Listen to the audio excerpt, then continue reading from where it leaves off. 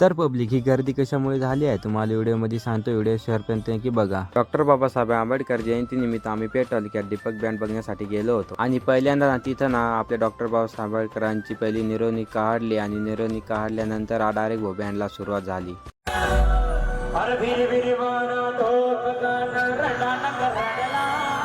हा गाणं तुम्हाला मी शेवटी नक्की पूर्ण ऐकवतो. व्हिडिओ शेवटपर्यंत बघा.